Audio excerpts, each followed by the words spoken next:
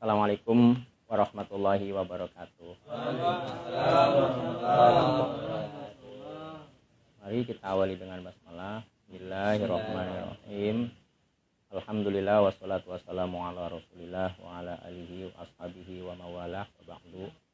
Hadirin sekalian yang saya hormati, jamaah pengajian rutin malam Sabtu. Kita masih dimudahkan oleh Allah untuk menuntut ilmu, thalabul ilmi, itu kita membacakan syarah daripada kitab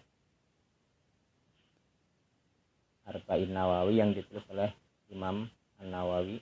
Dan pada malam hari ini hadis yang ke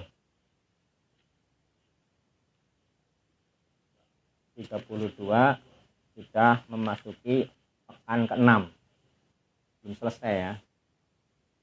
Sudah berapa? Iya, sudah 6 pertemuan. Saya ulang lagi redaksinya ya, nanti kita lompat ke kaidah usul. Jadi ini kaidah usul ini kitabnya kalau nggak salah nih kitab Al-Wajiz, 100 kaidah usul. Jadi fikih sama usul fikih itu beda. Kaidah usul fikih juga lain. Larangan membuat kemudorotan. Redaksi hadis. Bismillahirrahmanirrahim. An Abi Sa'id bin Sinan Al-Khudri radhiyallahu anhu anna Rasulullah sallallahu alaihi wasallam qol. Dari Abi Sa'id yang bernama Sa'ad bin Sinan Al-Khudri, semoga Allah meridhoinya, bahwasanya baginda Rasulullah sallallahu alaihi wasallam bersabda, la dororo wala diroro. Jangan membalas keburukan dengan keburukan serupa, dan jangan mengawali berbuat doror atau madorot pada orang lain. Hadis hasan, hadis riwayat Ibnu Majah, Imam Daruqutni dan selainnya dalam kitab Musnad. Warahu Malik bil Muwatta, juga demikian Imam Malik meriwayatkan dalam kitab beliau Al-Muwatta, kitab hadis yang pertama kali ditulis oleh Imam Malik bin Anas atas perintah Khalifah Umar bin Abdul Aziz secara mursal dari Amru bin Yahya dari ayahnya dari Nabi Sallallahu Alaihi Wasallam.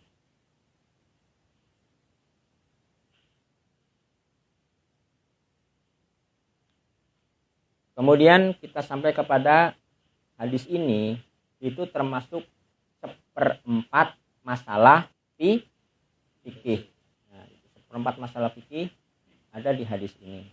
La dororo wala diroro. Coba nanti fikih itu yang dibahas ya. Kenapa ada fikih? Kan kemarin kita sudah membuat analisa. Jadi sholat itu mufattahatun bi takbiratul ihram wa muhtatamatun taslimatul bisalam. Diawali dengan takbiratul ihram, diakhiri dengan salam. Salam pertama apa kedua? Salam pertama. Ketika ada bertanya, kenapa ada salam kedua kalau memang salam pertama? Ada yang mengatakan salam pertama hukumnya wajib, salam kedua hukumnya sunnah. Tapi Rasulullah nggak pernah meninggalkan, sahabat tidak pernah meninggalkan, Anda pun tidak pernah meninggalkan salam, hanya ke kanan saja kan. Nah, gitu. Dan itulah fikih. Itu Anda tuh harus tahu nih, kenapa salam 2 kali? Ya. Analogi kedua. Nah, kita mendekatkan dengan bahasa sederhana gitu kan. Kalau fikih itu nanti kita akan menentukan hukum, sebabnya itu. Fikih itu ya, mendalami agama itu ada aturannya. Ulama-ulama ahli hadis, ahli fikih memang sudah dicontohkan orang-orang dahulu. Ya, meskipun keterbatasan sebagai seorang mujtahid mutlak pun dia akan dikoreksi ketika pendapatnya itu baik dan ada yang lebih baik, maka mereka pun akan siap mengikuti yang lebih baik. Ini kenapa rahasia kenapa umat Muhammad itu untuk bersatu ditolak oleh Allah. Karena masa kita bersatu dalam kebaikan? Kalau bersatu dalam kebaikan, padahal ada persatuan yang dalam lebih baik. Ada orang persatuan di dalam lebih baik, ada yang bersatu dalam kesempurnaan. Makanya terus aja. Tidak boleh bersatu terus fastabiqul khairat. Jadi ini nanti saya akan kemarin analogi dah. Ini yang kelima kali saya nyontohkan itu. Ketika Pak Qadir main ke rumah saya, ya, Pak Qadir main ke rumah saya, pamitan, bilang, Nenang nanya sama saya kan gitu, Mail ada Pak Qadir, tidak ada, udah pulang. Nenang nanya, istrinya Pak Qadir di kamar sana, Bu, Pak Qadir udah pulang, belum? Maka di situ ada dua, mau cari yang mana, kebenaran apa kesalahan yang dicari? Kalau dicari kebenaran, ya pasti dua-duanya benar. Kalau dicari kesalahan, kedua-duanya tidak ada yang salah. Tapi kalau Anda tidak paham fikih, pasti ini ada salah satunya yang bohong. Paham ya? Nah, coba menurut Imam Syafi'i, yang namanya pulang dari tempat tujuan ke destinasi, sudah pulang lagi ke rumah dia berangkat. Tapi imam yang lain tidak. Asal sudah pamitan dari tempat tujuan meskipun belum sampai, sudah termasuk pulang. Mau pakai yang mana? Ini bahasa fikih nantinya tuh. Salah satu kuru. Orang yang dicerai suaminya itu idahnya tuh 3 kuru. Kuru itu apa? Maka saya menyatakan, oh kuru itu suci. Oh, kuru itu artinya haid. Gitu kan? 3 kali haid apa 3 kali suci? Kalau suci setelah haid. Kalau haid belum bersuci pun sudah 3 kali. Itulah fikih. Nah, seperti itu. Nanti di sini begitu. Saya sholat. Sholat kan harusnya dengan takbiratul ihram, dengan salam. Ada sholat yang tidak pakai salam dan sudah termasuk sholat. Karena niatnya sempurna. Sebelum salam terpanah umpamanya. Sudah selesai belum sholatnya? Dianggap sudah selesai. Gitu. Ini iya, maklum kalau banjir, memang iya. Kalau banjir memang iya, Pak. Tepat.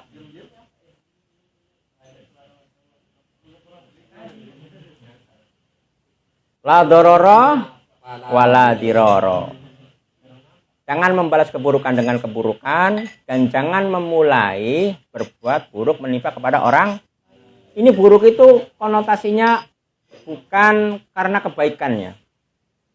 Contohnya, Pak Qadir itu bisa saja membuat orang jadi bahaya. Tiba-tiba, umpamanya Pak Bono lah, tiba-tiba merantau jadi kaya. Orang yang setengahnya jengkel terus, ini merantaunya barang kayanya duluan. Orang ini jadi musuhan terus, angkara murka, malah meninggalkan sholat, malah berusaha untuk iri, dengki, hasud dan seterusnya. Membahayakan orang nggak kekayaan Pak Tuwono?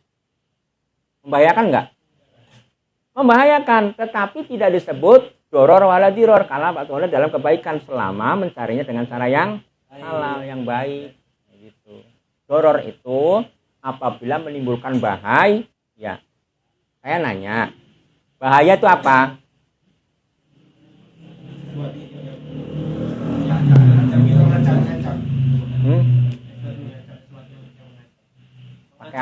Pakai apa ngancam?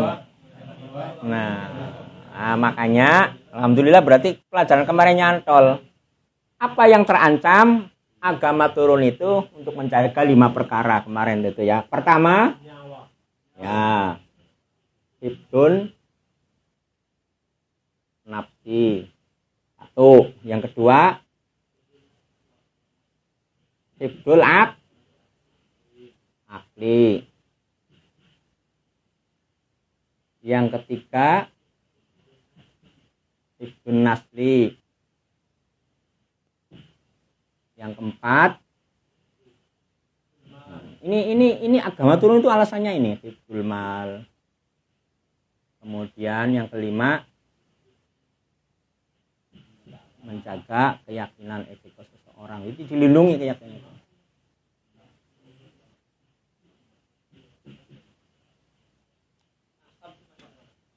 Nasab nasal. Untuk menjaga 5 perkara. Kehormatan di mana? Kehormatan itu adalah keturunan. 5. Menurut siapa?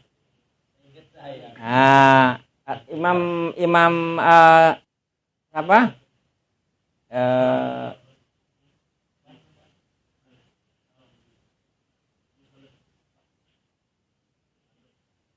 Syekh Abdullah Azza menyebutkan ini. Sebimas menyebutkan ini. Imam Nawawi ini. Imam Bukhari ini. Imam Syafi'i ini. Ya, semuanya ini. Menjaga kehormatan. Kehormatan itu ada di nasal sini. Keturunan. Coba ketika merusak 5 perkara. Oh, kalau Umar itu yang kesini musibah itu nggak apa-apa. Kesini itu habis itu bahaya itu nggak apa-apa. Dia selalu bersyukur, istirja dia kalau penerima musibah. Karena musibahnya itu tidak menimpa agamaku. Kata Umar itu. Yang penting jangan agamaku. Kalau orang mati biasa, ditipu, hartanya habis biasa, dibunuh biasa. Oh, nggak dibunuh pun mati. Tapi kalau agama kena, maka saya harus bersedih. Makanya Umar itu kalau makan-makan gini tuh dia nangis itu, berhenti paling. Pokoknya salah satu lukmahin. Paling kalau nyicipin apa nih? Agar-agar 3 kunyahan selesai. Karena takut ya. Habtum thayyibatikum fi hayatikum dunya wastamta'tum biha. Takut kalau kenikmatan akhirat itu sudah dicicil di dunia gitu. Kalau kaya itu dia takut, jangan-jangan kekayaan saya itu udah dicicil di sini. Aduh, gimana nih? Iya, makanya dia naruh harta benda itu di tangan sama di dompet.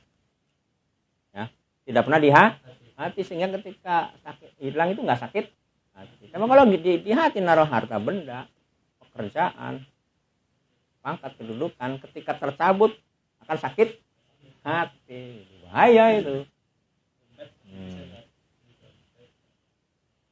Kalau mati kan biasa kan orang nggak diapa-apain, mati enggak? Mati, nafsu jiwa itu. Akal dijaga, langsung hilang nggak nanti lama-lama? Dengan sendirinya hilang kalau sudah bisa dengan dasar, meskipun masih punya kesadaran. Keturunannya juga gitu kan. Nabi Nuh sama anaknya meskipun secara biologis dia anak, diakui nggak oleh Allah sebagai anaknya? Tidak. Tapi Yusuf Hamka yang punya jalan tol itu namanya Yusuf Hamka, anak ideologinya Buya Hamka, Haji Abdul Malik Karim Amrullah. Oh ya, orang Indonesia yang punya jalan tol itu. Yusuf Hamka. Iya, Yusuf Hamka. Jadi, kamu anak ideologis saya. Karena ada anak biologis, ada anak ideologis. Ada itulah. Ya, jalan tol. Yang punya berapa nasi bungkus berapa setiap hari? 3.500 bungkus. Sarapan gratis. Bikin masjid donaturnya 100% orang Konghucu, kan lucu kan. Makanya beda agama boleh nyumbang, boleh. Siapa yang nggak dilarang? Nyumbang dia. Jadi bahaya itu kalau mengakibatkan terancamnya nyawa. Jangan. Kalau dororo wala diroro. Jangan iseng-iseng lah. Istilahnya jangan main sulap, caranya minum racun umpamanya. Itu doror enggak? Doror. Agama itu melarang doror. Lomba makan pasir boleh enggak? Kenapa enggak boleh? Membahayakan siapa? Membahayakan jiwa, nyawa. Ya bukan diri aja, orang lain juga bawa, panitianya enggak.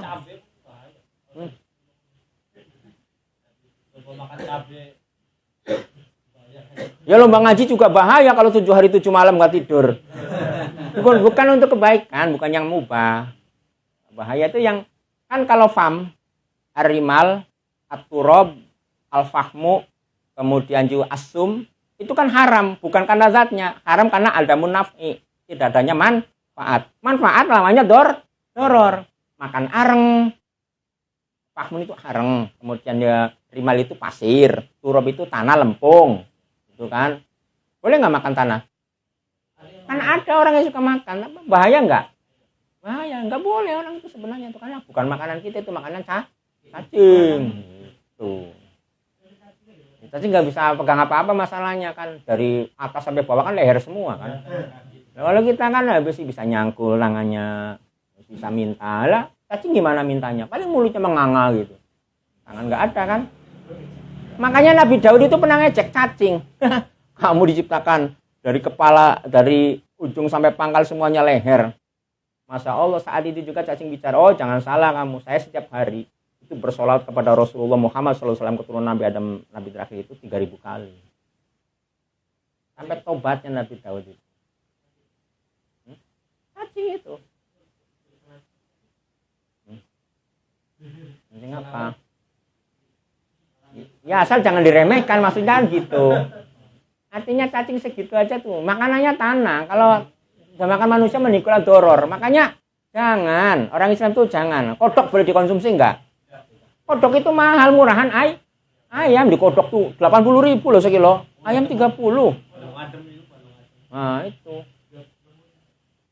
Itu 60. Kampung kami nyari kodok kaya-kaya orangnya. Mahal itu nih barang-barang yang seperti itu tuh. Mancing. Kodok itu kan dikonsumsi. Dorornya di mal itu. Boleh nggak minum sekali minum harganya 5 juta? Itu boleh kan? Tempat dorornya di mana? Nah, kalau 5 juta kira-kira untuk di Batako dapat berapa? Kalau beli kerupuk, itu kalau untuk beli makanan fakir miskin orang manfaat nggak? Nah, dorornya di situ. Mal itu tidak menunaikan hak harta. Makanya doror itu. Ya antum sendiri tahu lah. Artinya ngukur pakaian itu jangan badan orang kan gitu. Bagi saya doror, bagi Pak Tono enggak. Bagi Pak Tono beli mobil enggak doror, karena punya. Bagi antum doror enggak? Nyuri aja mungkin enggak dapat kan. Nangis sampai keluar darah matanya itu dapat enggak? Gimana caranya? Ya makanya doror dalam hal menimbulkan doror. Ya kalau antum ya mungkin ya cukuplah beli rental ya Pak ya. Rental saja. Artinya kan diatur gitu.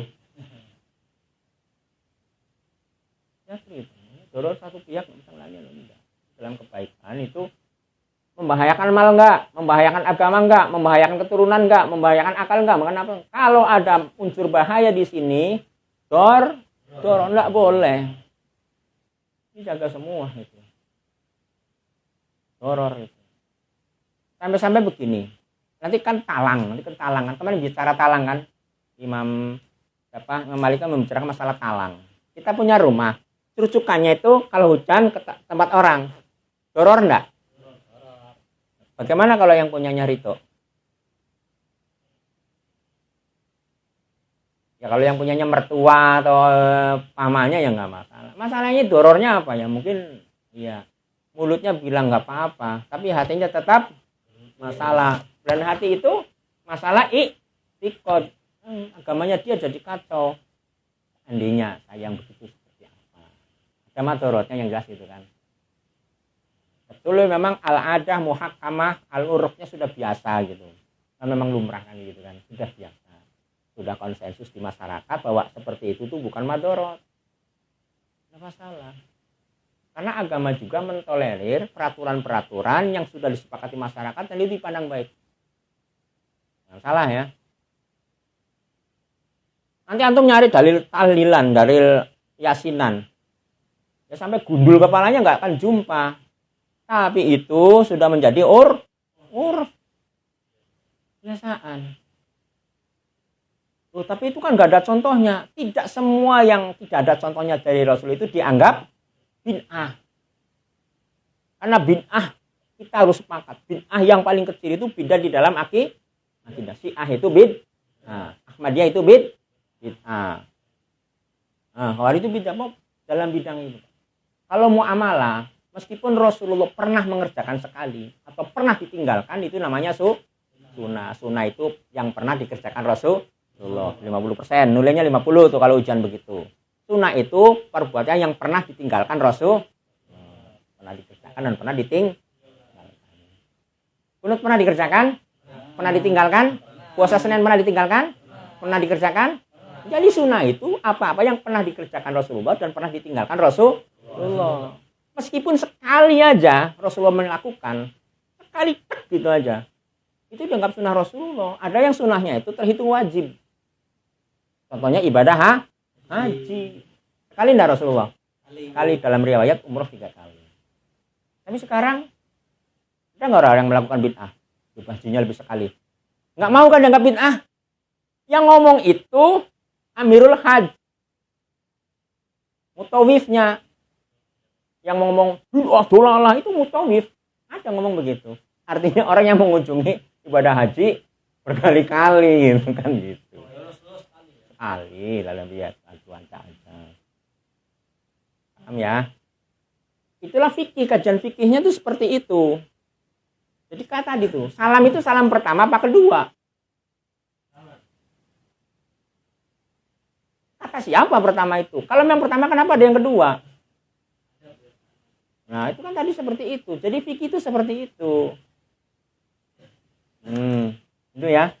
Nah itu ya. Deal ya. Nah, udah masuk tema nih. Nah, tadi itu mukadimah.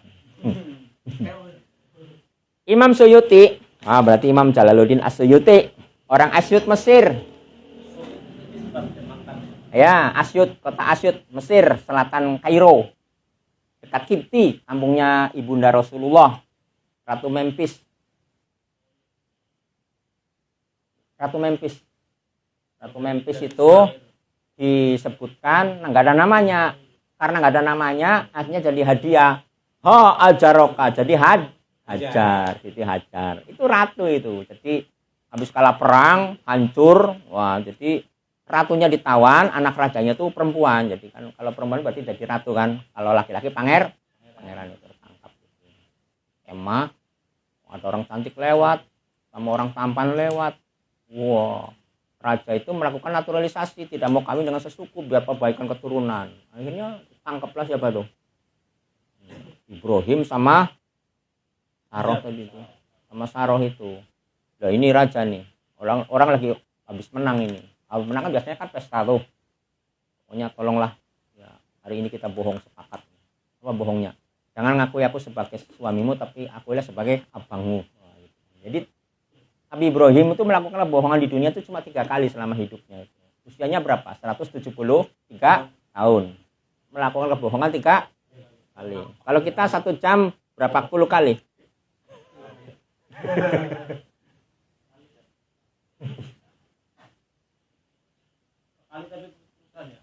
Nanti sebab kalau aku ngomong suaminya pasti dibunuh karena raja itu tidak mau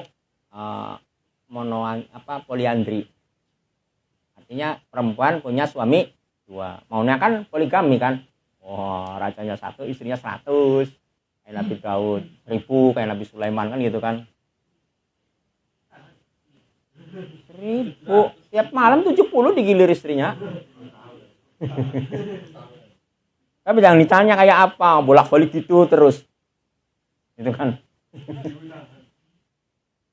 Udah, pikir aja ngeres dulu ya. Jadi Imam Suyuti dalam kitabnya Al-Asbah wan Nadzair menyebutkan bahwa yang menjadi dasar mazhab Syafi'i adalah 4 kaidah, yaitu pertama, al-yaqinu la yuzalu bisyak, sesuatu yang yakin tidak bisa dihilangkan oleh sesuatu yang ragu-ragu. Enggak boleh yakin tadi ngentut. Nggak yakin. Berarti kan tidak kentut. Ya, kata kawannya, "Lah nggak mungkin kamu nggak ingat." Maka yang yakin itu hukumnya sudah pasti. Orang lain yang bilang yang masih ragu-ragu itu dinafikan gitu. Yang menang tuh yang yakin. Ya. Meskipun dia bohong gitu. Yang menang itu yang yakin. Berapa rakaat? Saya udah 3 rakaat. Baru 2, 3, 2. Kan urusan antara makmum sama imam. Bisa nggak gitu? Ya, imamnya tuh ingat, saudara-saudara berapa rakaat? Sudah 3, baru 2 kata imamnya. Ya sudah, imam itu dijadikannya untuk diikuti. Kalau benar makmum ketularan kebenarannya, kalau salah yang nanggung hanya nikmatnya berjamaah. Paham ya?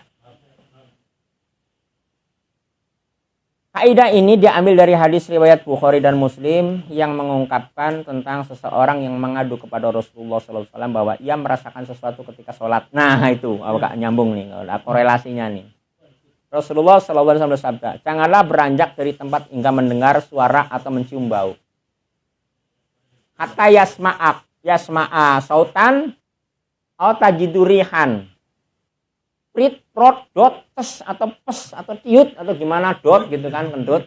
Nah, atau tiba-tiba ada aroma gitu. Bedakan aroma kentut sama bukan kan? Pulang. Hafal nggak aromanya? Gadungnya di mana?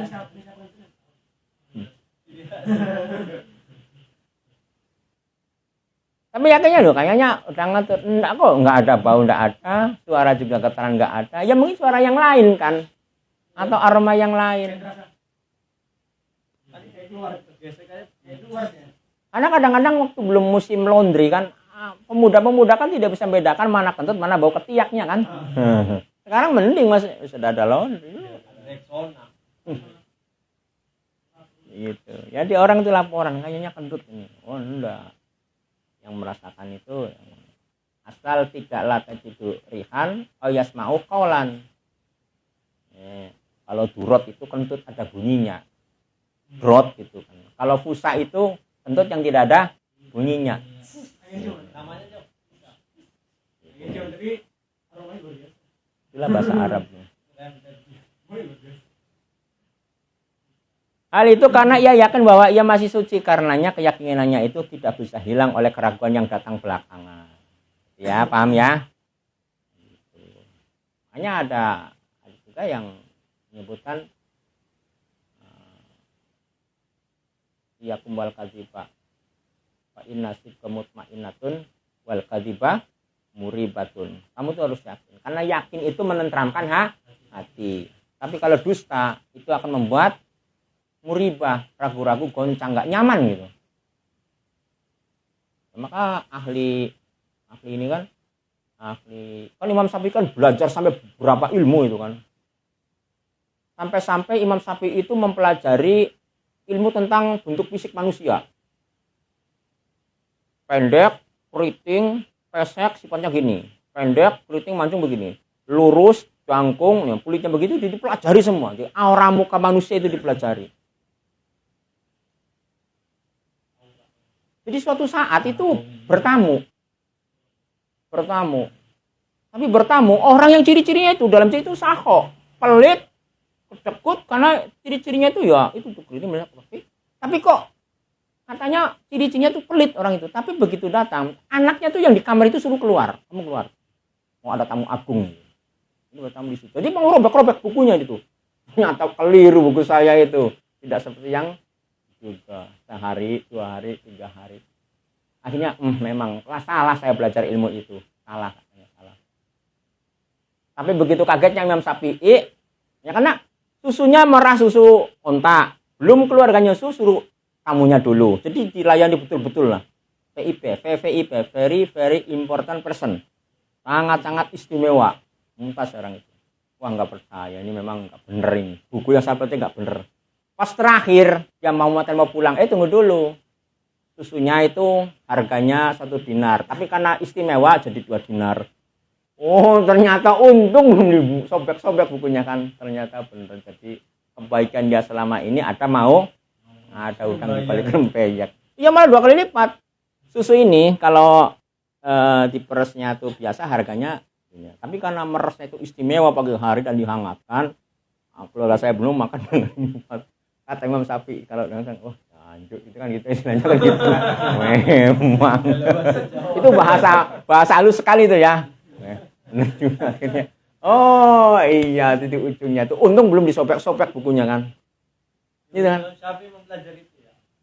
Itu tubuh orang yang mempengaruhi sifatnya. Iya jadi bentuk anatomi tubuh manusia itu, gestur tubuh manusia itu dipelajari sampai sejauh itu Imam Syafi'i mempelajari ilmu gitu. Sampai detailnya itu. Jadi dilihat itu sama iridologi, bentuk pupil mata ini. Ini ada lingkaran putih, orang ini lagi stres. Orang ini kurang darah, orang itu leukemia, orang itu. Jadi retina mata itu tahu. Makanya dokter kadang buka mata dicor dari samping enggak? Ya. Nah, gitu. Buka Ada tangannya. kitabnya nggak? Ada, Tertulis, kitab. tapi saya enggak punya. Yang dari Imam Syafi'i. Ya Qori'ul Kafi juga ada, telapak tangan ini. Oh, gitu. Itu gini. Jadi ada. Jadi tanda-tanda itu orang sudah mempelajari. Ya. Bukan. Hari Kamis jam 2.33 3 derajat bahwa di sekitar Kudus ini garis lintang ini akan terjadi gerhana selama sekian menit. Pakai apa itu ilmunya? Ya pakai ilmu nautik, ilmu falak sudah dipelajari dulu. Duduk orang itu menulis ilmu astronomi itu gitu. Bukan ilmu falak. Ilmu falak. Ilmu falak Mas Sapi mempelajari. Nanti ada gerhana sekian, nanti ada gerhana matahari. Itu pelajari karena itu dari catatan-catatan orang dulu itu mencatat. Dan ini dibukukan. Dan ini harus dibuka dan dipelajari. Ya kalau tulisannya Jawa, bahasa Indonesia itu masih mending. Lah kalau tulisannya kayak cendol, nggak ada titiknya itu. Iya, waktu Jawa tapi itu nggak ada titiknya itu. Bismillah itu nggak ada, ini nggak ada titiknya, ini nggak ada titiknya, ini nggak ada titiknya gitu. Gimana bacanya itu? Oh, ada nggak ada titiknya, titiknya nggak ada, tadinya nggak ada titiknya itu. Gitu aja polos. Jadi kalau nggak, makanya, umpamanya saya guru nih. Kalau dulu orang dulu belajar itu bukan saya yang baca, saya nyimak, muridnya, mau baca nih, salah tuk, gitu. Salah, masih lalu tuk. Itu kalau salah tuk. Beneri, baru dibeneri gitu kan. Iya gitu. Jadi itu rotan camuk itu bukan kebencian tapi kasih sayang. Jadi kalau saya marah sama antum tuh bahasa kasih sayang ya Pak Roman ya. Jangan gitu Pak, itu nggak boleh, haram itu. Kurang kerjaan aja. Itu saya tidak sedang marahi, saya sedang kasih sayang itu. Jangan di situ, haram itu. Masa kadal digoreng akunya belut kan gitu kan. Nggak boleh. Oh ini gimana ya? Jadi makanya Imam Syafi'i waktu berguru sama Malik itu mau berguru umurmu berapa? 13 tahun. Enggak boleh, belajar dulu. Kitab Muwatta itu yang 11.000 hadis dihafal 9 hari. Tes gitu. Benar semua. Sementara murid-muridnya yang umur 40, 35, ada yang masih 17 tahun, 18 tahun, jundel-jundel. Gitu kan? Jadi suruh bacakan. Jadi yang baca bukan saya. Olah Rasulullah SAW. Jadi yang baca antum. Bener itu. Nah, namanya mulazamah. Kalau saya pede karena saya dulu waktu belajar ya guru saya sanadnya nyambung ke Rasulullah. Karena guru saya kan orang sana. Orang Yaman. Aman, Bro. Saya orang Yaman langsung. Nih tahu Mang Denang tahu. Nah, gitu. Iya nyambung ya, usah bukan kola gitu, kila gitu. Nyambung.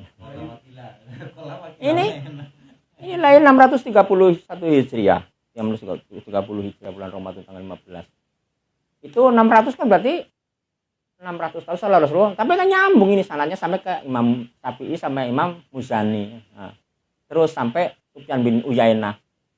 Siapa Sufyan bin Uyainah? Ya nanti nyambung sama Al-Musayyib nyambung sama Nafi nyambung sama Abdullah bin Umar sambung sama Rasul. Nah, itu.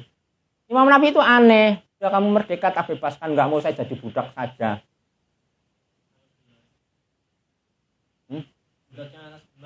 Imam Nafi itu mau dibebaskan sama Abdullah bin Umar. Nggak mau dia. Nah, kamu mandiri kerja sana biar jadi orang terkenal, nggak mau. Saya jadi tukang servis HP saja ikut bapak. Hasilnya berapa terserah lah buat bapak semua. 25 tahun sampai 60 tahun. Nggak mau dia disuruh merdeka sana kamu. Nggak mau. Ditanya kenapa? Kalau saya merdeka dari jalurnya Abdullah bin Umar, ya maka saya putus nasab secara sanadnya itu. Jadi saya tuh senang jadi budak sehingga bisa keluar masuk ke rumahnya Abdullah bin Umar. Kalau jadi budak maulah kan gitu, boleh masuk. Maulah tuh seperti itu. Tapi ada batas-batasnya ya kan. Iya, ada batas-batasnya. nyelonong bukan asal nyelonong saja, ajarnya sebagai maulai. Itu sampai umur 60 tahun baca Quran itu orang kaget. Jadi jamaahnya tuh kaget karena bau minyak kasturi gitu kan dari mulutnya itu. Padahal tahu nggak Imam Nawawi itu bentuknya seperti apa? Tahu panci? Jadi itu orang Afrika itu 3 warna kulitnya tuh, satu hitam sekali, sangat hitam pekat sekali kulit. Nah, ini Imam Nawawi itu termasuk yang sangat hitam pekat sekali. Kayak cendol ini ya. Nah, iya. Tapi masya Allah, itu berharganya mulutnya itu mengeluarkan aroma. Nah, makanya itu orang itu namanya jalur sutra. Hadis yang diriwayatkan itu jalur sutra. Karena sahabat Rasulullah itu yang perangainya itu sampai dia haji umroh. Jadi banyak orang ini tiba-tiba duduk di situ, duduk kencing di situ. Banyak orang lemar gimana? Dulu Rasulullah itu duduk di sini kencing.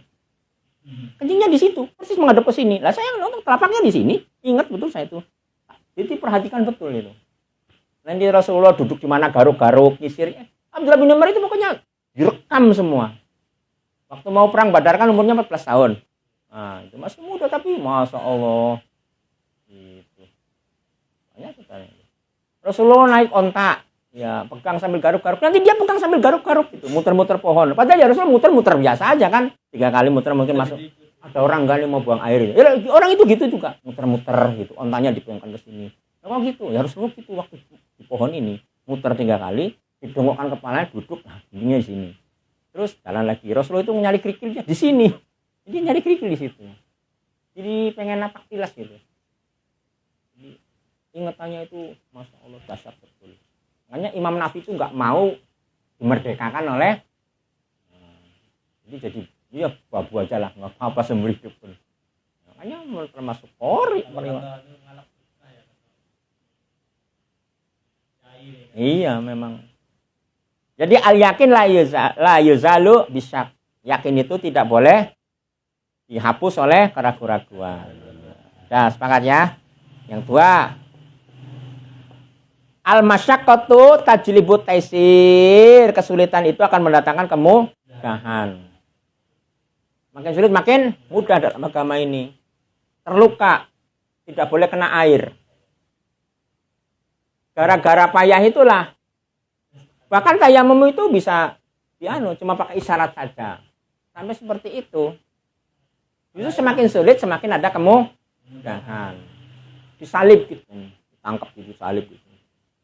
Kencingnya sudah keluar karena disiksa tuh mungkin ininya tuh kotorannya keluar. Najis enggak? Semakin mudah kan melaksanakan kebaikan. Malah mainnya sholatnya sudah tinggal. Nah gitu. Tapi jangan sampai lagi sholat ya kamu plak lagi. Sudah. Semakin sulit semakin ada inilah Islam. Makanya Islam itu kenapa di zaman Rasulullah itu setiap peperangan itu selalu menang. Orang paling miskin saja nyumbang harta. Itu kan ada yang mudan min tamrin. Ada soan min tamrin. Di rumahnya tuh nggak punya apa-apa. Kecuali ada kurma 1 cerowok. Apa ini? Punya beras cuma tinggal secanding-candingnya. Dia tetap andil kepada negara separuh candingnya. Paham nggak ini saya ngomong nih? Mengapa di zaman Rasulullah itu orangnya susah itu? Tetap. Kalau sekarang aja anggota hewan aja tuh saya lihat gasnya melon kan? Ada tulisannya nggak di situ? Khusus orang kismin kan gitu. Ada tulisannya loh Pak. Pernah nggak teman? Ada. Nggak artinya orang yang punya Pajero tapi dibuka pintu belakangnya ada gas melonnya. Ada nggak? Ada ya. Pak Pajero mahal Pak.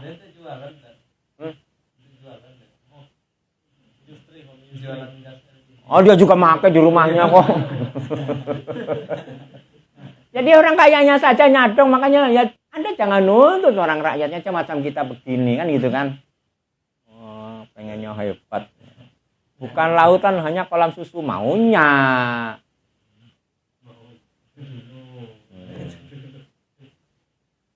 Itu ya kan. Tapi cara secarut marutnya kita seperti ini. orang luar itu, terutama orang Jerman ya, saya sampai langsung dari dia ngomong itu. Paling enak tuh hidup di Indonesia. Paling gampang cari duit. Hanya bermodal kaleng saja bisa dapat duit. Bahkan hanya modal telapak tangan dapat duit. Kalau di sana minta-minta itu harus punya sertifikat kan gitu. Harus ada SIM, surat izin minta-mintanya itu. Mau bikin cendol, mau bikin cilok, mau bikin es potong, itu kan susah gitu.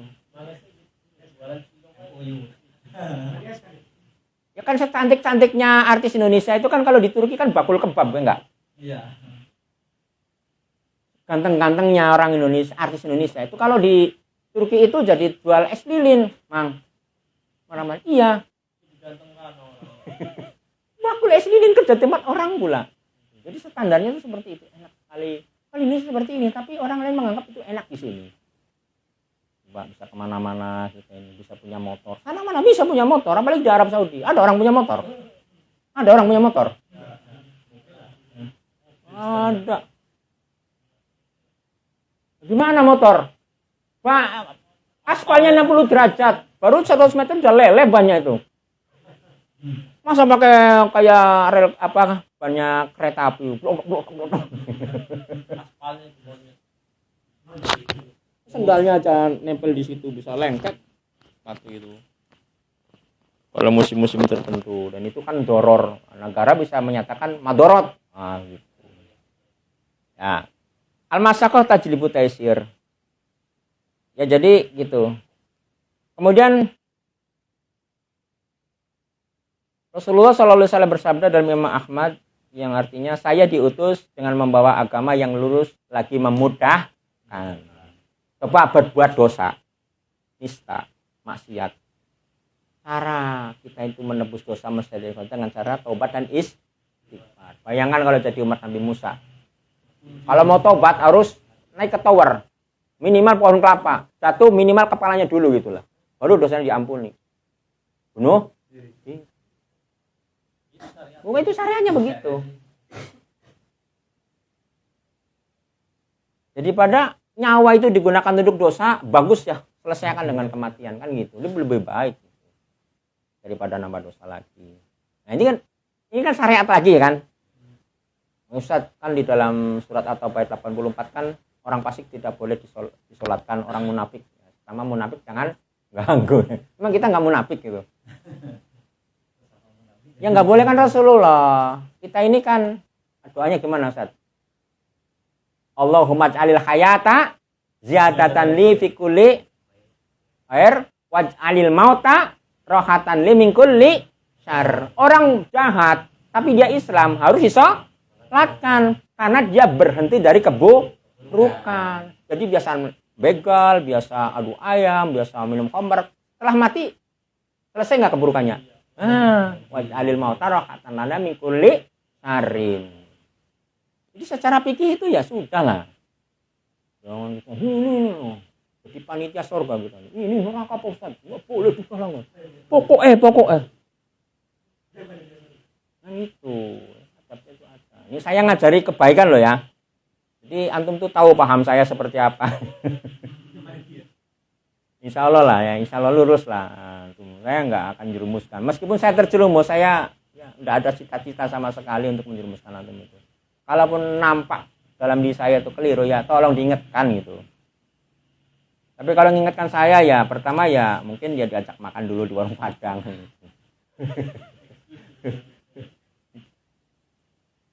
Kemudian ad-dararu yuzal, kemudaran itu harus dihilangkan. Ya, jangan yang nyeleneh-nyeleneh lah.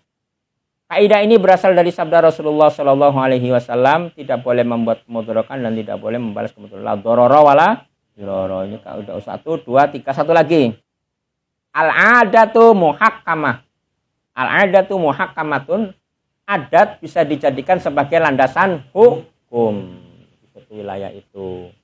Jadi hukum karena adat yang biasa dilakukan oleh suatu wilayah. Selama itu ma'ruf. Tahu ma'ruf enggak? Dikenal oleh orang sekitar itu. Ya, contoh. Riba boleh enggak? Nggak boleh. Tapi golibnya kalau sudah jadi kebiasaan, kalau kita pinjam mobil orang tua, tetangga, anak, family kan gitu, meskipun tidak diminta, ya paling tidak diisi minyak kan gitu kan. Terus yang biasa meminjamkan juga jangan mengharapkan diisi minyak gitu. Iya. Pinjam motor ya tapi diisi minyak penuh ya. Pinjamnya cuma ke pasar 10 kilo jaraknya, itu kan isinya full. Tekor kan. Tapi ada juga yang demi penampilan, oke, dapat takut kan gitu. Hanya karena penampilan, gitu kan Kang Sep ya kan. Makan di restoran yang dimakan cimit, tapi gayanya kan makan di restoran sudah pernah saya tuh. Berapa habisnya? Ya saya kan kemarin kan kawan saya kan cerita. Jadi kesana naik bus. Nah, siapa nih? San.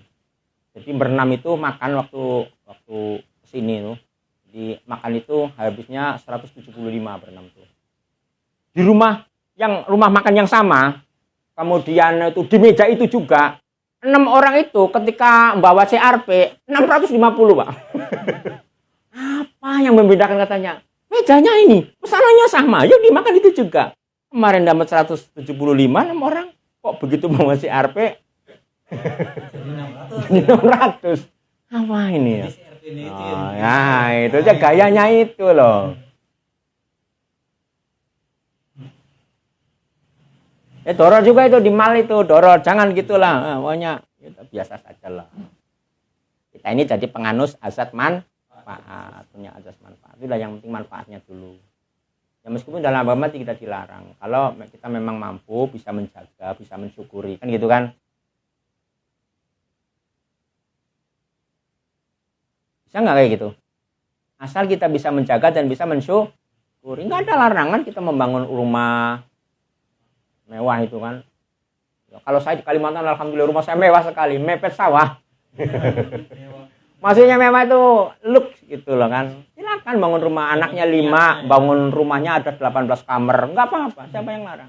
Ya, cuma itu asal bisa mensyukuri dan bisa menjaga.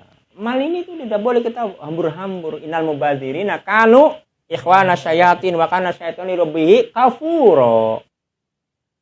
Jadi pada bikin kamar nggak ada penghuninya, mending bikin sekolahan 1 kamar banyak penghuninya. Masuk akal nggak, Pak? Nah, itu kan ajaran agama, saya menyampaikan, bukan olah uang saya kok, titip saya, bayar saya kok usil kali Ustaz ini. Ini saya menyampaikan ajaran agama itu seperti ini. Ya karena banyak orang yang tidak seberuntung kita, benar nggak? Iya. Karena tadi kemarin saya posting itu. Nikmat yang ternikmat itu ketika seseorang diselamatkan dari maksiat, itu kenikmatan, kekayaan terbesar itu. Kekayaan terbesar itu seseorang pada saat itu diselamatkan dari kemaksiatan dan dibukanya pintu taubat dan kita bisa bertobat. Itu kekayaan paling berharga itu.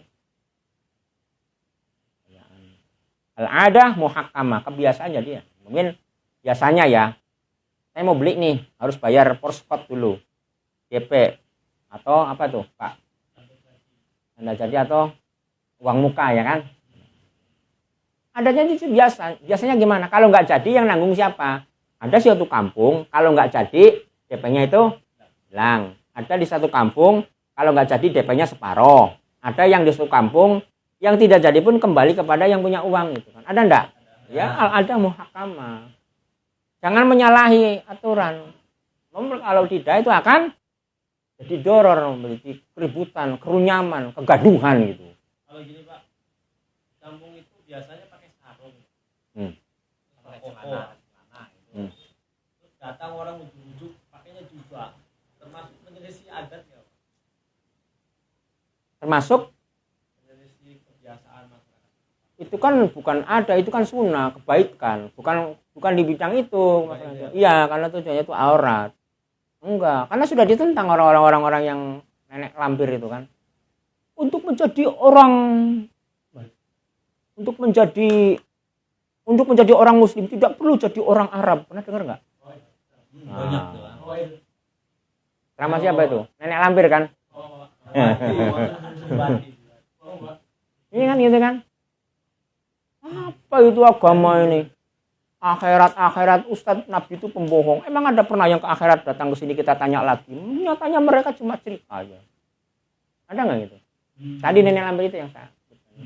Ada itu. Mungkin sekarang rekamannya masih ya kan? Nah, masih viral kan. Kalau dibalik gimana? Untuk menjadi orang komunis tidak perlu pakai baju merah gitu. Marah nggak kira-kira? Marah gitu kan. Untuk menjadi polisi tidak perlu jadi sambo. Marah nggak kira-kira? Letak ini orang.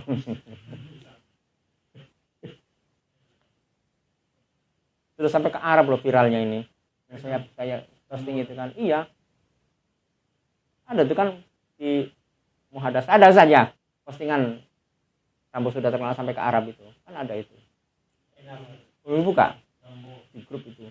Bukan sampo, dia mau beli sampo kan. Baru-baru ini sedang gencar di iya, di Arab itu sampai dibikin cerita gitu. Jadi orang datang ke warung mau membeli Pursatul Asnan. Kemudian sikat gigi kan mau beli makjun, odol itu. Mau sambo. Kemudian nanya dia tuh, Pursatul Asnan ada, mojud, kemudian apa nih? Mojud ada. Sambo di Indonesia. Sambonya di Indonesia katanya. Enggak ada aja. Enggak ada sambo. Sambo kan bahasa Arabnya sambo. Ada. Tulisannya Arab semua. Indonesia. Mana terkenal.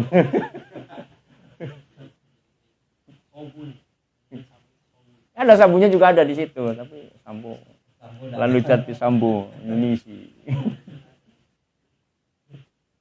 Kalau orang Arab. Biasanya pun ada. Kalau mau terkenal jadi orang jahat.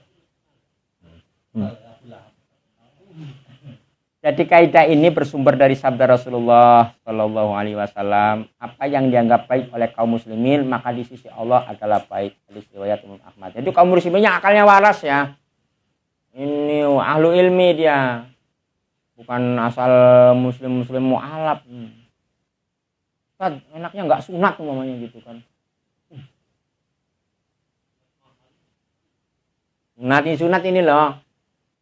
Nah itu kan mu'alaf, itu kan belum disunat kan. Ya tetap ya ukuran musliminnya ini orang-orang yang baik keislamannya kan gitu. Paham ya? Jadi berdasarkan di atas, maka kita menganggap bahwa hadis ini merupakan seperempat dari permasalahan fikih. Para ulama fikih menjadikan hadis ini sebagai inti dari beberapa kaidah fikih. Dan darinya muncul berbagai macam cabang kaidah. Salah satunya adalah kaidah ketiga yang disebutkan di atas. Berikut ini penjelasan tentang kaidah-kaidah tersebut beserta contohnya. La darara wala dirara. Cabangnya apa? Ad-dararu yadfahu biqadaril imkan. Kemudaratan harus dicegah sekuat mungkin. Jadi harus diupayakan dulu dicegah. Meskipun akhirnya tidak jebol juga, ya tetap harus diusahakan. Gitu. Ya jangan menyerah dulu, usahakan dulu maksimal, optimal. Ad-dararu yuzalu. Kemudaratan harus dihilangkan. Ad-dararu la yuzalu bimislihi. Kemudaratan tidak boleh dihilangkan dengan kemudaratan yang sama. Itu tadi membasmi kejahatan tidak boleh dengan cara jahat. Membasmi kemungkaran tidak boleh dengan cara mungkar. Tuh. Menghentikan pembohong dengan cara bohong. Boleh nggak?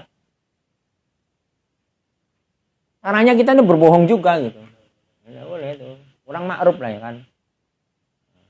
Ya, kecuali dalam bohong-bohong tanda kutip nantinya itu yang bohong yang memang syariat. Ya. Kemudian ad-dararu al-asyaddu yuzalu bid-dararil akhaffi. Madorot yang besar itu boleh ditangkal dengan madorot yang lebih kecil gitu. Sebab tidak bisa menghilangkan madorot yang besar itu kecuali dengan cara madorot, tapi madorotnya kadarnya dikurangi gitu. Mamanya ada penjahat itu kan, penjahat itu. Ini ahli bela diri, pakpik. Kemudian, mas siapa yang berani sama saya? Boleh kita ngepret itu tuh. Tapi tidak boleh bunuh kan? Ngepret saja. Ngepret. Gitu.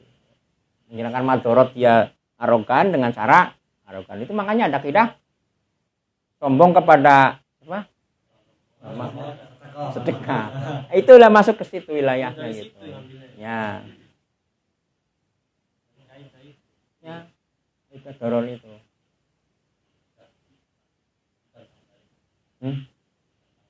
Iya, ya. Tapi ya harus tidak boleh bermaksud yang lebih gitu. Karena tidak ada cara kecuali dengan cara kotor gitu. Cuma adanya lebih rendah gitu aja. Sebab kalau tidak dengan cara itu nggak mempan gitu. Diketak. Begal. Bulat. Oh. Kalah. Yang begalnya kalah. Gimana? Penjara nggak? Penjara nggak? Penjara ya. Menurut hukum siapa itu? Tapi kalau di Riau di sini sama di Lampung dikasih hadiah. Orang yang bisa membunuh begal kasih hadiah kan? Yang di sana di mana itu? Lampung yang dikasih. Kan yang di Lampung hadiah, Riau hadiah. Aceh hadiah. Ini mana itu? Jakarta lah. Bukan yang ini yang kena pasal itu. Jawa. Ya yang Hukum Indonesia. iya di wilayahnya, enggak wilayah itu. NTB kasih hadiah. Pokoknya begal, bunuh begal hadiah. Oh, dapat apresiasi. Tapi itu kan undang-undang. Undang-undang KUHP.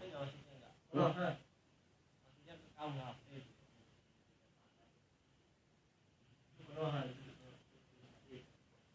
Korban jadi tersangka kan itu kan. Jadi kalau ada Mas, saya mau begal nih, ya Pak, alhamdulillah, silakan diambil. Apalagi Pak, nyawanya, ya silakan.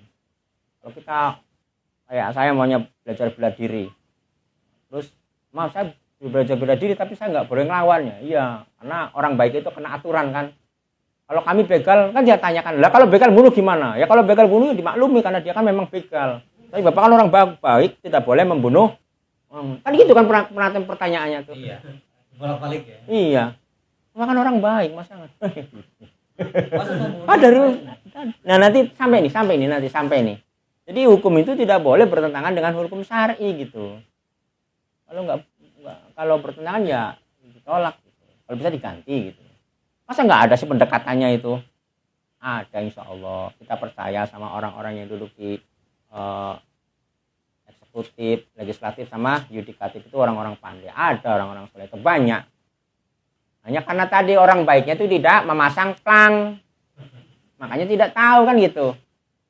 Anggota DPR yang baik siapa, polisi yang baik siapa. Itu karena mereka diam ya akhirnya kita nggak tahu padahal banyak. Gitu. Iya. Iya, ya padahal banyak polisi-polisi rajin sholat, 5 waktu. Yang nolong orang gila sampai gajinya itu nggak diambil untuk nyantuni orang miskin. Banyak.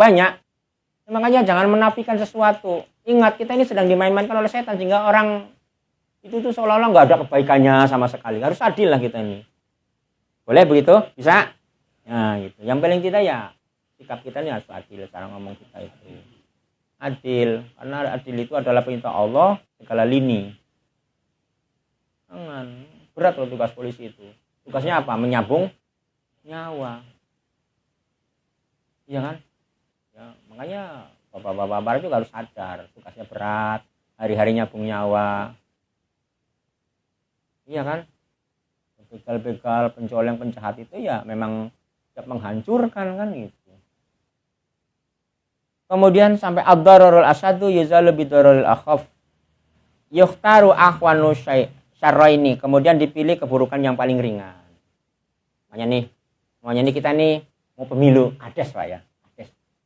Gimana tuh? Semua itu suka adu jago. Yang ini suka joget-joget teler-teler ini buruk tiga-tiganya. Kalau tidak ada yang lain, yang ada cuma 3 orang buruk itu pilih yang keburukannya paling ringan. Paham ya?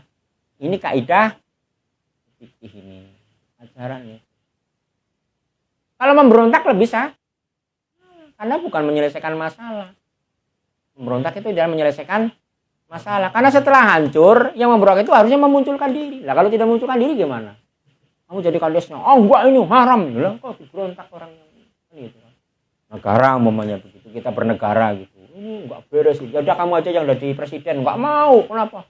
Oh, kotor makanan. Nah, nggak mau tapi nggak boleh. Nah, gitu kan aturan agama. Makanya Rasulullah itu, kamu jadi raja ya, iya. Undang-undangmu undang-undang raja ya, iya. Ya laksanakan undang-undangmu, kamu tetap jadi raja, tapi kamu sebagai seorang muslim sudah bersyahadat sama Rasul. Tahun ke-7 masuk tahun ke-8 itu namanya Amul Wufud, diutusnya seluruh delegasi Jazirah Arab untuk menyatakan ketundukannya. Kalau tidak mau Islam tidak apa-apa, yang penting sesama menjaga keamanan wilayah, bayar upah sebagai bentuk penjagaan, kompensasinya gitu kan. Raja Bahrain, kakak beradik itu, Abu Dhabi itu, dia tetap dengan peraturan raja diterapkan gitu. Tapi setelah Islam ya sudah, Islamnya diterapkan di sana. Kamu tetap jadi raja, kan gitu. Tidak ada, kamu jangan raja ya, karena kamu itu baru muslim ganti sama ini sahabat-sahabatku yang ngerti hukum. Enggak kan? Rajanya tetap jadi raja, sultannya tetap jadi sultan, Yahudinya tetap jadi Yahudi, tapi syariat Islam berlaku. Jadi yang meninggal Islam begitu. Khaybar itu syariat Islam berlaku, padahal komunitas Yahudi, tapi seluruh orangnya Islam. Kalau tidak menerapkan syariat Islam ya bukan Islam. Ini misalkan bukan Islam itu republik itu, ya kita sadar lah kan gitu. Kalau kita sholatnya benar tidak mungkin dilarang enggak?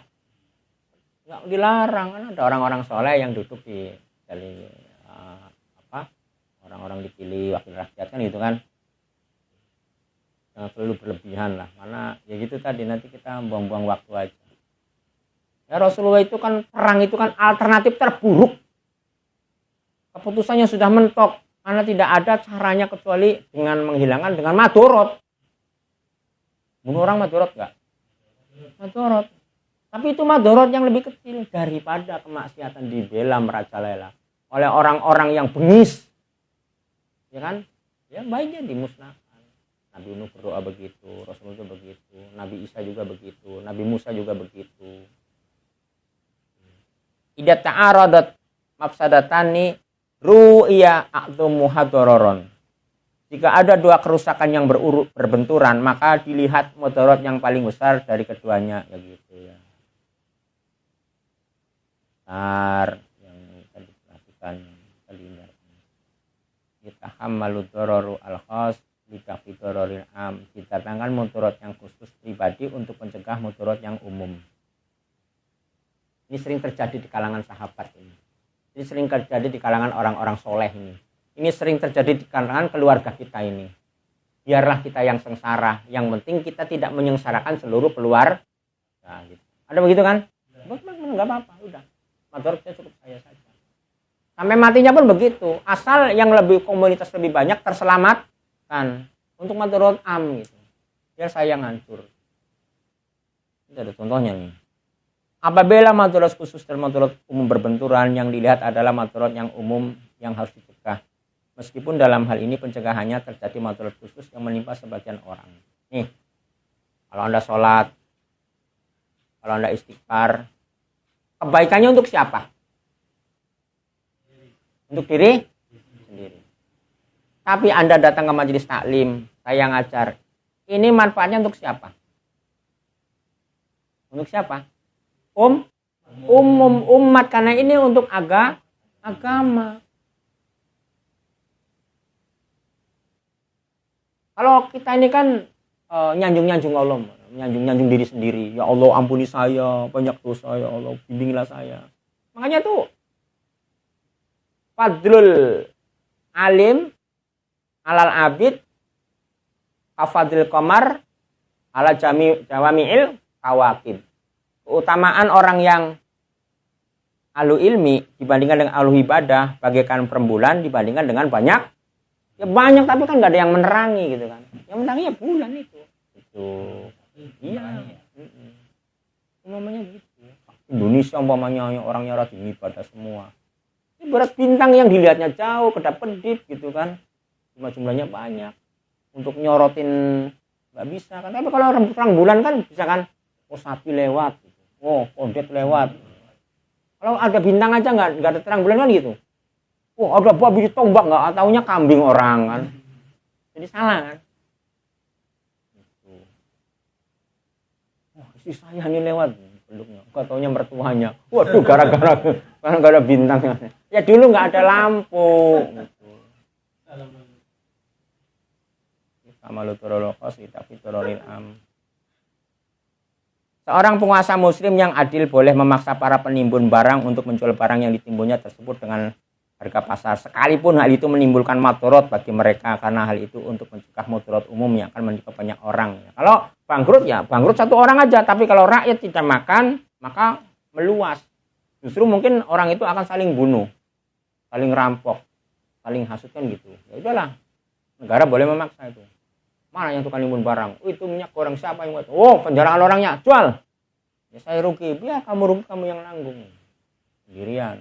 Daripada orang jadi kisruh. Makanya benar kalau ada penimbun itu ditangkap kan, tindakan subversif itu. Pelanggaran terhadap hukum besar itu. Nah, ya. Oh, 1, 2, 3, 4 lagi, oh, selesai nih ya.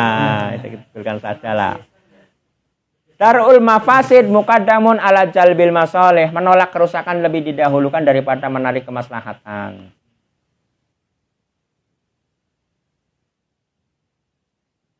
Manfaatnya ada, madorotnya ada, maka dahulukanlah manfaatnya. Kalau ada madorotnya ya ditinggalkan meskipun ada manfaatnya. Apabila mafsadat dan maslahat berbenturan, yang didahulukan adalah menolak mafsadat, sehingga sekalipun hal itu berakibat pada hilangnya kemaslahatan.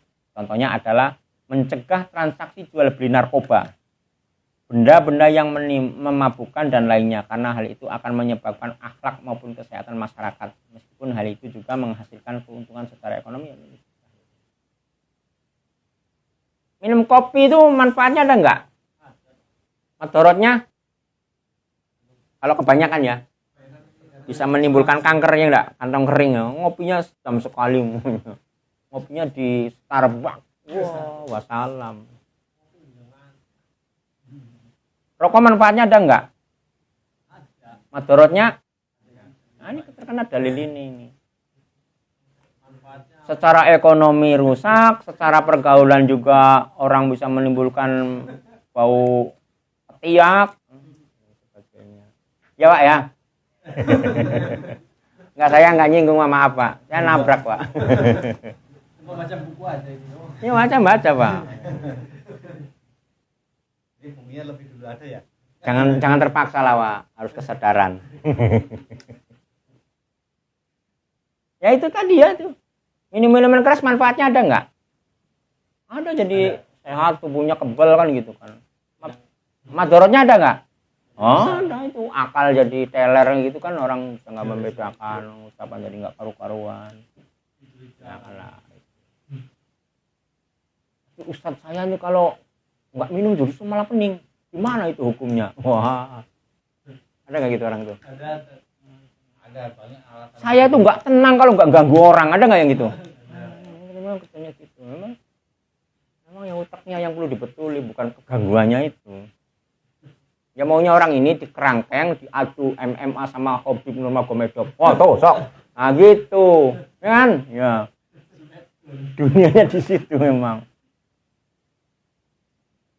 Ad-dararu layakunu qodiman, kemudaratan itu bukanlah sesuatu yang terdahulu. Jadi, wah ini sudah dari dulunya. Enggak. Seburuk-buruknya orang tua kita pasti ngajarkan kebaikan. Mama, bapak. Sampai-sampai maling pun ngajari anaknya kebaikan. Nanti kalau dapat hasil curian bagi yang benar ya sama kawan-kawanmu itu ya. Nanti kalau enggak kamu padahal hanya curian ya Pak. Kan ada kisahnya itu. Iya, ada kisahnya itu. Jadi orang itu ya korupsi, mobilnya itu dipecah. Modus pecah kaca itu. Marah dia. Waduh, kurang ajar ini. Saya memang maling kurang ajar. Padahal uang korupsi tadi Kang Asep. Marah lapor ke polisi. Pak, saya apa Pak? Habis kaca Pak. Uang dari mana Pak? Uang bagian uangnya ketangkep juga. Adanya tuh. Seburuk-buruknya orang pun pasti mengajarkan kebaikan sebenarnya. Jadi doror itu tidak diajarkan dari hukum asal dulu. Berikutnya datang itu keburukan itu. Ini efek samping ketika orang itu sudah bosan sama kebaikan, ya itulah muncul keburukan. Kan gitu kan? Bener nggak nih? Dulu tuh nggak ada Homer dulu tuh. Tapi gara-gara orang, aduh nggak enak nih kali putih, susu gitu. Yang apa tuh enak? Wah, meres anggur disimpan setahun, 2 tahun, 10 tahun. Ada rum itu yang 30 tahun yang Pak. Wah, disimpan itu. Semakin lama, semakin gur. Kan enak kan itu kan. Naik roller coaster biasa kan. Oh, orang kan gitu kan. Wah, ada yang lebih dahsyat lagi apa? Narkoba, pil koplo, ekstasi kan gitu sih. Nah, baru ketemu jumpa kan? Dalilnya di situ. Jadi keburukan itu tidak datang ke madorotan itu tidak datang dulu, tapi kemudian nggak usah dikubris itu. Yang dulu itu kebaikan. Kemudaran itu bukanlah sesuatu yang terdahulu, enggak. Ketinggalan zaman. Jadi kalau sekarang ada orang hobinya mencuri, hobinya orang kafir, itu ketinggalan.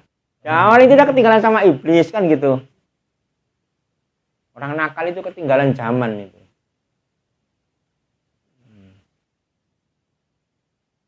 Al-Qadim yutraku ala kidamihi, yang terdahulu dibiarkan begitu saja sebagaimana adanya. Maksudnya adalah suatu harta atau manfaat yang dimiliki oleh orang banyak orang dan berada di bawah kekuasaan mereka, maka harus dibiarkan sebagaimana adanya. Di keterdahuluan dalam kepemilikannya tersebut merupakan dalil bahwa hal itu adalah milik mereka yang ditetapkan berdasarkan syariat selama tidak ada dalil yang menyalahinya. Contoh, jika ada sebatang kayu milik tetangga yang terletak di atas tembok tetangga sebelahnya, tetangga itu tidak boleh menghilangkannya karena keterdahuluannya itu merupakan dalil bahwa kayu tersebut sudah ada sejak zaman dulu dan harus mendapatkan ganti. Namanya di rumah saya itu ada rambutan. Orang itu beli di tanah kita kan. Kita ngotot. Saya beli tanah sama langitnya, maka kalau kena batas itu berarti milik saya. Enggak. Dibiarkan dulu ya kan. Kalau memang mau bersih kita itu harus ganti. Ya, karena lebih dahulu pohon daripada kita beli tanah. Itu adab lah ya. Jadi kalaupun Pak nggak enak nih Pak, masa saya mau bangun rumah, ya ngomong gitu loh. Jangan main tebang maksudnya gitu kan. Karena menimbulkan kemadorotan. Ketika urusan saya belinya tanah itu ya sama langitnya, terserah saya dong. Kan itu kan beli tanah, saya jual tanahnya aja. Jadi karetnya enggak, durenya enggak. Ada yang gitu enggak? Ada. Ya karena enggak paham ini tadi. Ya, yang orang enggak ngerti sebenarnya itu, bukan orang Talang aja. Soalnya mana-mana juga ada yang gituan tuh. Ya makanya yang ngerti juga harus tahu adab kebiasaan di kampung di situ. Makanya dijelaskan dari awal gitu kan. Ya kan tadi kan peterangannya kan hurufnya tuh dijelaskan dulu. Kebiasaannya itu. Ya jadi harus ada konfirmasi. Pasti di situ ada hakim, ada penengah, ada mediator, libatkan orang-orang yang dituakan, libatkan orang-orang tua. Dan itu adab dari agama ini. Wallahu a'lam bishawab. Aku